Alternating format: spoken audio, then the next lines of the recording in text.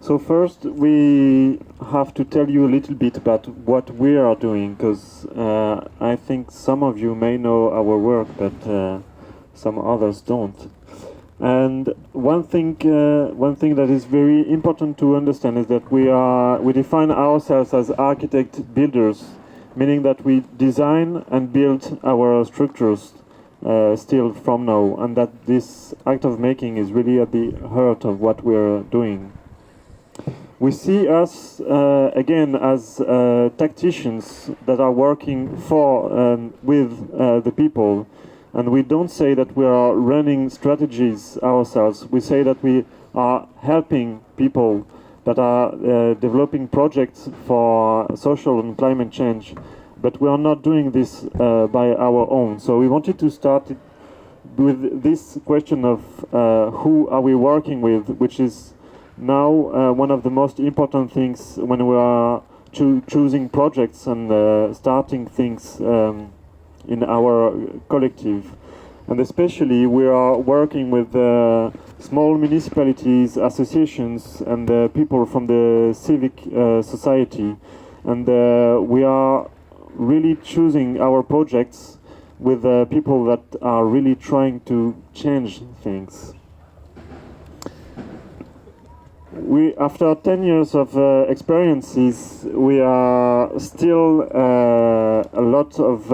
we still have a lot of questions, and our group has been through many different things. But even 10 years after, we always define ourselves with one foot toward institutions and one foot toward activism, meaning that our practice is always balanced between the two, which is really uncomfortable and really difficult, because we are never fixed into something and always getting from a field to another. So as I said, what is really at the heart of what we do is making. Like we spend approximately 1/3 of our time on the construction site, building mainly with people. So we are working with wood and metal and sewing and doing really various things, but these experiences is what is really important to us, more than the talking and more than thinking, is really how you can share this act of making. And especially how we can share this act of making, and how we can make it as fun and interesting and collaborative things. Like, we do not share our design process because that takes a lot of time and energy, but we are still sharing the construction and what we're doing on the construction site.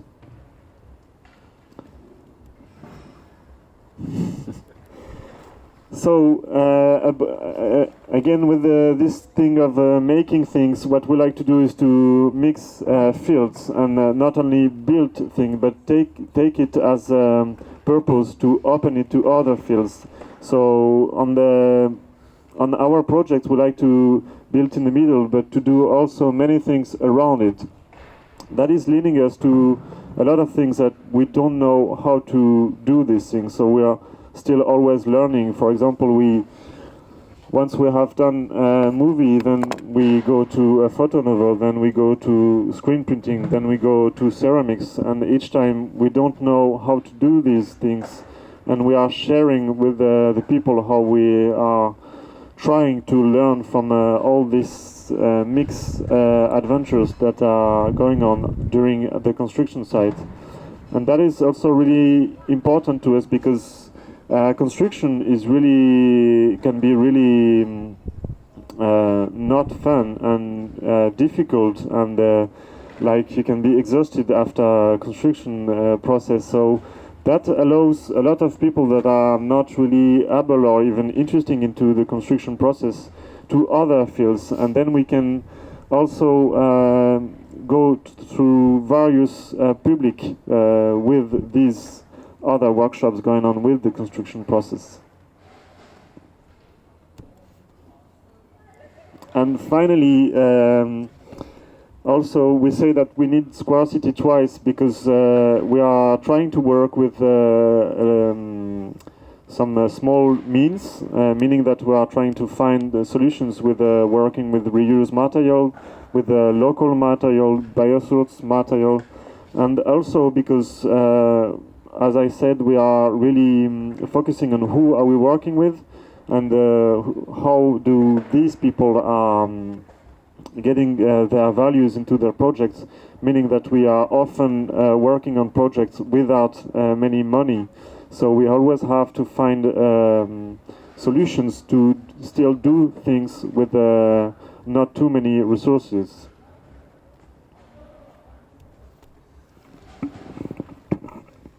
Hello, I am Maxence. So now I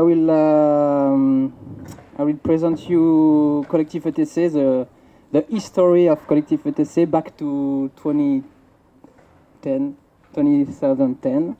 So 10 years ago, and yeah, I took just 3 minutes to explain you a little bit where we come from. So we start at school in Strasbourg, and we decided to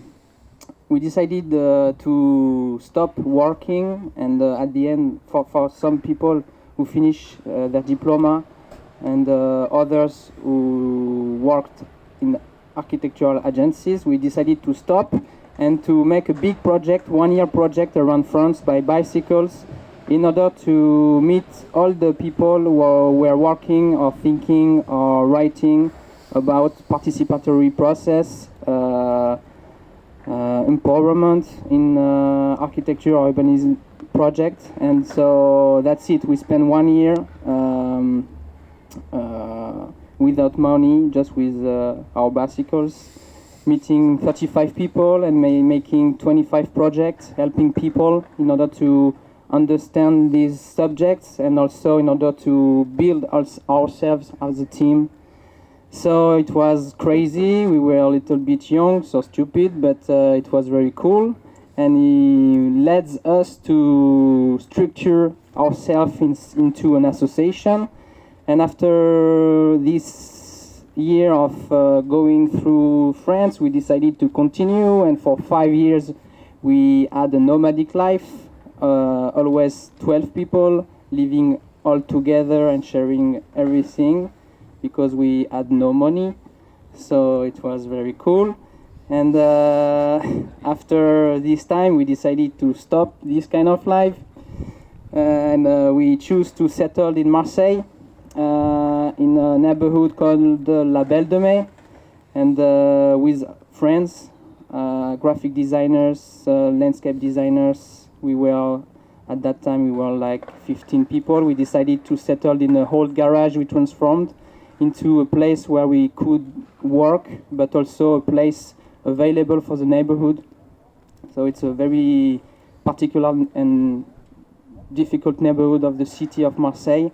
So we settled there, and we opened this place to other local associations. For example, we start organizing some events, some workshops by night, free workshops, and a lot of stuff during 5 years.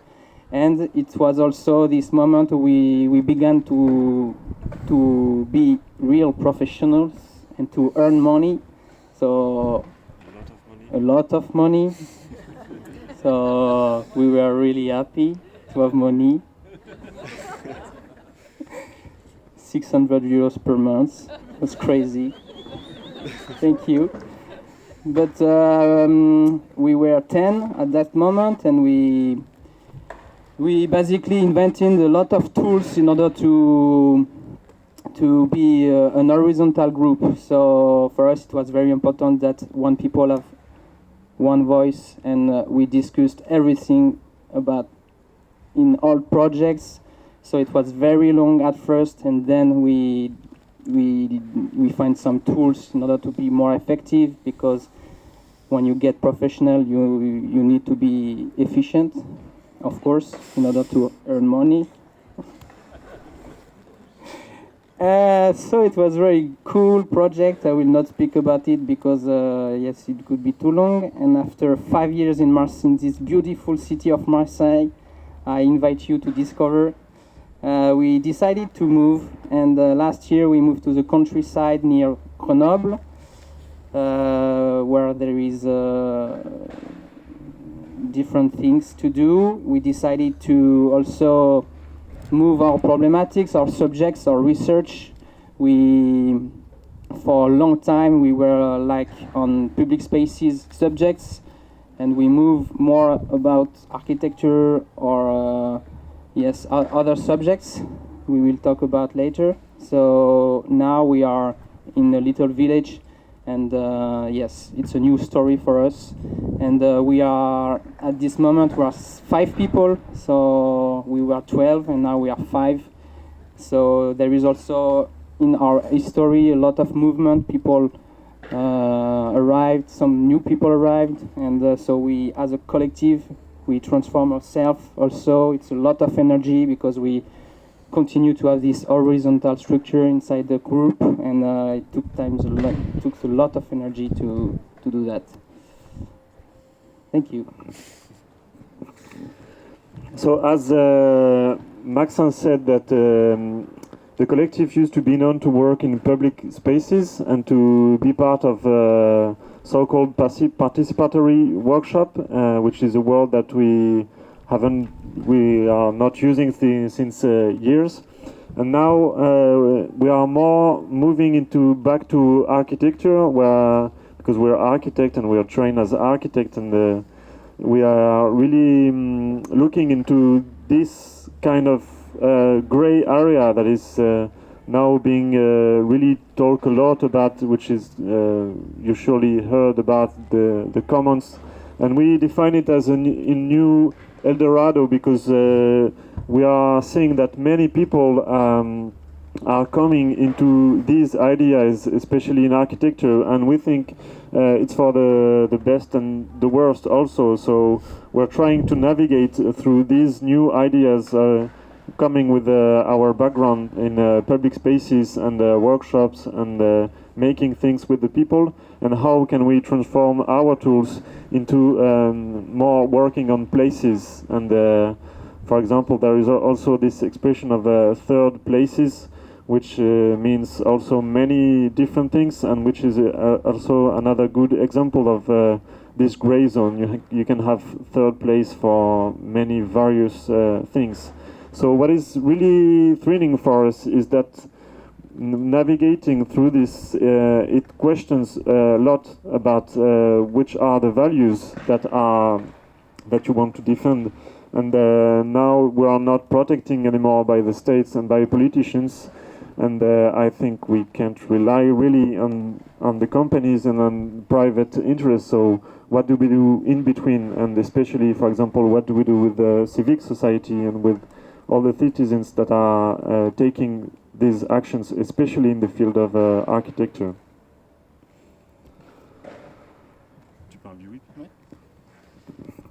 So now we will present you 3 projects in order for you to understand what we are doing right now. It's 3 really different projects with different scales, so it's good because it presents the diversity of Collectif Etc. So this project, it's in north of France. It began in 2016, and some architects decided to create this a little building, a 250 square meters building that will be a small building behind a big old factory. You can see behind. So there is a huge project on this factory, but the architect proposed to build this little small building before, in order to start thinking, start talking about the renovation, invite people, and so on. So we won this project, and so we spent 1.5 months building this project. Like there is 70% of reused materials, recycled materials, so from insulations to structures to everything. So we try to find a lot of stuff around in the area. So we spent 3 weeks before to find all the materials, asking for free windows, free doors, and stuff like this. So it was a very hard project for us, but it's a scale that we like now. So it's like a little building. After this project, we continue to work with the association who took place inside this building we built. And 2 years after, they proposed us to come back. And so the relationship with them continue. It was very important for us to continue to work with them, like a long-term project. So they invited us to propose furniture for the big factory you saw before. So again, for 2 weeks, we proposed to build with 20 people these wheel furniture that you can move and offer a lot of uses, various uses. So yes, it's another scale we like mobile tools you can use for various purposes. And then the relationship continue. The love was still here, and they call us to come back last year to think about the public spaces in front of the building. The story was this building was made just for 3 years, and after 3 years they decided to keep it. So it was a little bit complicated on the administrative way, but they find a way to keep it alive. And so we decided to think all together of the public spaces. So again, we came back with a lot of people, students, and blah blah blah, and we used some reuse and recycled materials again. So these projects show our interest into using local materials, recycling materials, and when you do that, you are obliged every time to change your design because you find a new materials, so you have to change your design. It is always like that, and in this kind of project, it's very interesting for us as designers to change always the design of your project. That's it. So we were talking inside the collective of getting away from the city, and especially because since a few years our projects are I would say 50-50 in the cities and in rural areas. And I don't think it's about the corona, but we decided 1 year ago to move to a countryside with a group of friends, like 15 people. And in the 15 people, there were the 5 of the Collectif Etc. So we decided to move because we started a project in a former factory in a small village. And that is because we were talking with the architects and saying to them that we would like to work on this scale again, and that we would like to bring our tools into that scale. So 2 weeks after I met an architect in Grenoble, he said, well, I'm working on this factory you see on the picture, and you could come and work with me to transform this space. Yeah, so the space is have been bought by an association that is dealing with young people and like social services for all the young people that left school and families with a lot of difficulties. And they bought this building and they said to all the local associations, let's do something inside of this building. We don't have no money, there is just this space, and we are living in a rural area, like 500 people living in the village. So it's very tough conditions to run a project there. And so because we were working there, we really liked the area, and finally we decided to move all in this region.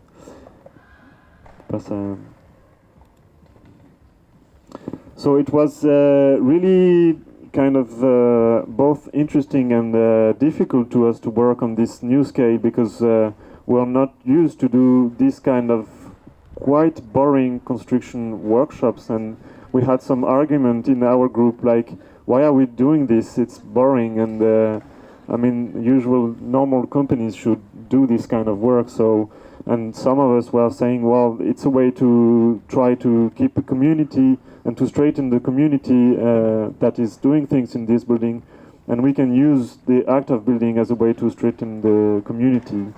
That was how we started to work with them, and we did many wrong things because we don't know how to do this actually. So we went on YouTube tutorials at 7 in the morning to be ready for 9 o'clock when we were welcoming everybody, and we made many mistakes. We kind of lost money at the beginning, and but it was still really interesting. And also we found out later that we were not allowed to do this because we didn't pay the chamber of the architects, and we're not proper architects. So like 6 months later we were saying, is our assurance cover us for doing this? Maybe not, we don't know actually. So there were like really a lot of questions and doubts about this kind of project. But there were also a lot of interesting stuff going on there, and especially, as I said, we tried to run out many various workshops in this space, like screen printing workshops and ceramics workshop. For example, this is ceramics for 7-meter kitchen that is going to take place in this space.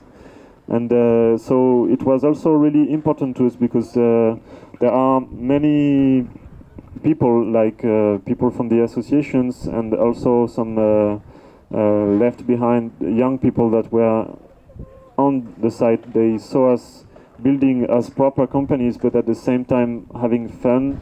It was, I think, a bit confused for them to see that work can be also fun and that things can be complicated in some kind of strange mixed public adventure. So I think it was really also interesting, and we tried to move these kind of fun tools that we developed through the years into this kind of scale. Sorry.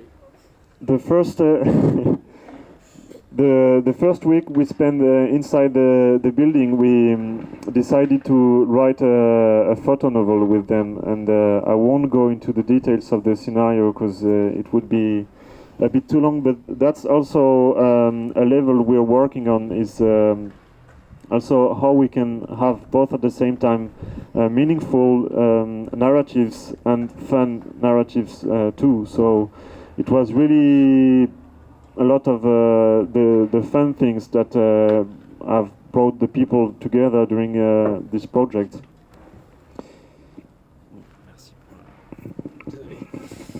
So just to finish, this kind of project, helping a local community around the renovation of an abandoned building, gives us this idea that we can help them as a young collective of architects. We feel very useful.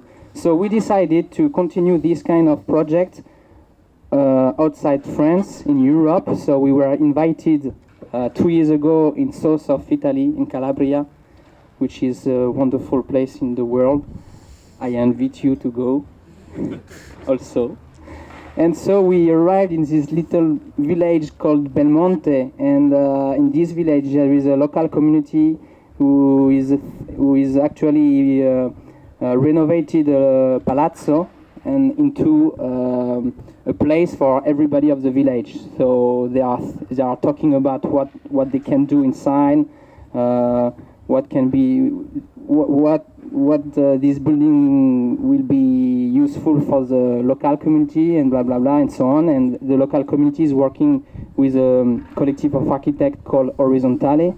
And so we saw this project, and we saw our project, and we said, okay, we have to do the same. And so we decided to create a big project, a European project with Erasmus Plus called School of Commons.